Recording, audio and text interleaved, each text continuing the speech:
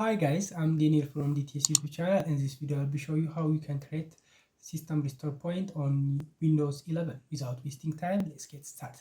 First, click on File Explorer and then click on this PC and right click on empty space and click on Properties and then click on System Protection and then click on Create and give a name like tip.